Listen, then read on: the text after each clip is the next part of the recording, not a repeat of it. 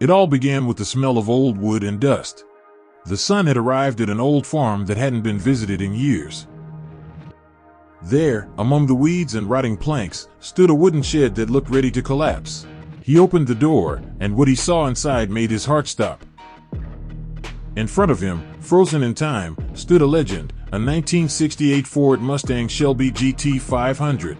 But not entirely. The front of the car had broken through the shed's wall, peeking out like it had crashed and been abandoned long ago. It was his father's car. The son had only heard stories, how his dad once tore down highways in it, how it was his pride and joy. But after an accident and the loss of their garage, the Mustang had vanished. No one knew where it went, and now here it was, hidden in a wooden shack, like a ghost from the past. He pulled out his phone, turned on the flashlight, and walked around the car. Rust covered the hood, dirt layered the windows, and the rear wheels had sunk slightly into the ground. But the body was intact. The lines, unmistakable. It was definitely a Shelby GT500, black with white stripes. Once a beast, now just a memory. He didn't hesitate. He made the decision immediately. He was going to pull it out. Difficult? This was a legend. And this was a chance to bring back a piece of his father's youth. First, he had to remove the remains of the wall. He grabbed a saw, an axe, a crowbar, and started dismantling the back of the shed that still held the Mustang's tail. The wood was rotten, broke like cardboard. But he was careful not to scratch the paint, not to damage the body. After a few hours, the shed was in ruins, and the car was almost free. Then came the fun part. How to pull it out. He secured a yellow strap to the front beam under the bumper. The other end, to his pickup. He checked the tension, set the trajectory, laid down some boards under the rear wheels to prevent the Mustang from sinking further. Slowly, he tightened the cable. The shed creaked. The car wouldn't budge, but after a second tug, the body shifted. Dust flew, planks fell, and the Mustang began to crawl out of its wooden grave. A few more meters, and it stood in the sunlight, like waking from a long sleep. It was covered in mud, but even like this, it looked beautiful. The aggressive shape, the long hood, the muscular roof, it was still alive. It just needed a little love. The son loaded it onto a trailer. It was a full operation. The Mustang wouldn't start, the steering barely turned, the brakes were dead. But he did it carefully, methodically. He cleaned the wheels, inflated the tires, tightened the hand winch, and inch by inch pulled the car onto the platform. Strapped it down, tied the wheels, and left. He drove slowly, as if carrying something sacred. People turned to look when they saw that dirty Mustang on the trailer. At the workshop, he immediately rolled it into the bay, removed the wheels, and lifted it with jacks. Things were worse than they looked. The brake system, rotten, the fuel tank, leaking, the wiring, chewed by mice. But the engine block was intact. The 428 Cobra Jet, a legendary heart. It could still live. He got to work disassembling, all by hand. The dashboard, carefully, button by button, screw by screw. The seats, stripped the old upholstery, kept only the frame. The floor, cleaned and welded holes. The entire cabin was coated in rust protection. The electronics, redone. He bought a new wiring harness, sealed every contact with heat shrink tubing. New relays, a new fuse box, new headlights.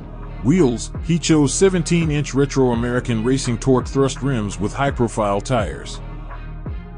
It wasn't just the look, it was the attitude. Next, under the hood.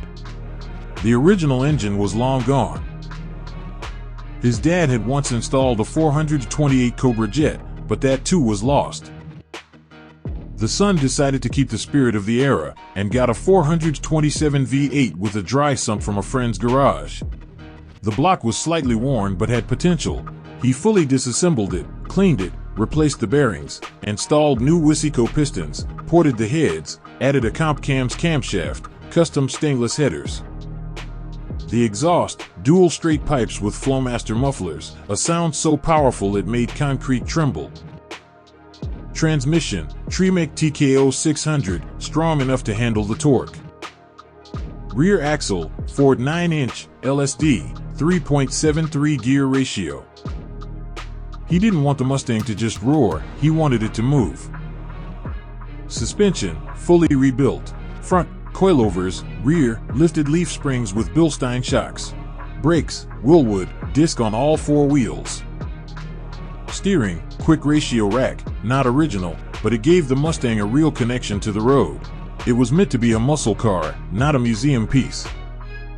When the technical part was done, he moved on to the exterior. The body, filled, smoothed, every gap measured with a ruler. Finally, the paint. There was only one color, black. But not just any black. Deep, like a racetrack night, matte with a satin sheen. No chrome, no showboating. Minimalism, brutality, power. The GT500 stripe, left white for contrast. Interior, like new, but tasteful. The dashboard, original, but refreshed with new gauges. Steering wheel, wooden, 3-spoke. Seats, retro-style Recaro, wrapped in black leather with white stitching. Even the scent was perfect, fresh leather and a hint of gasoline. And then the day came. He closed the hood. Started the engine. It shook to life like a wild beast, breaking the silence, returning from the past. The first few meters, like the first steps after a long sleep. The Mustang lived again. He drove. Not to a show. Not to a garage. He drove to his father.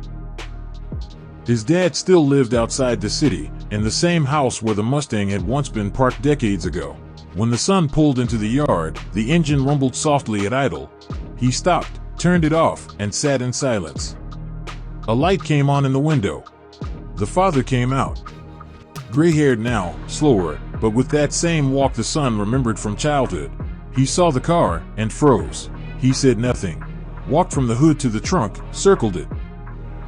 Touched the fender, as if it were alive. And said just one word, it. The son nodded silently. They got into the car. The father, in the passenger seat. For the first time in decades. The son pressed the clutch, started it up. The V8's roar shattered the quiet country night. And they drove. No words. Just the road, the one the Mustang had once ruled in its youth. At the turn, the father placed his hand on the dashboard. It was the same. And with a smile, he whispered, "I thought I'd never see it again." And then it became clear, this wasn't just a Mustang. It was a bond. Between generations. Between past and present. Between a son who had grown up, and a father who had always hoped someone would understand why he loved that car so much. When they got back, the father stepped out, looked over the car once more, and said, "You did better than I ever could." And the son replied simply, "I just restored what you once built. She's yours. She's alive again." This wasn't just a restoration. It was a family story, soaked in gasoline, memories, and years. The Mustang didn't just leave the shed. It came home, where it had always been waiting.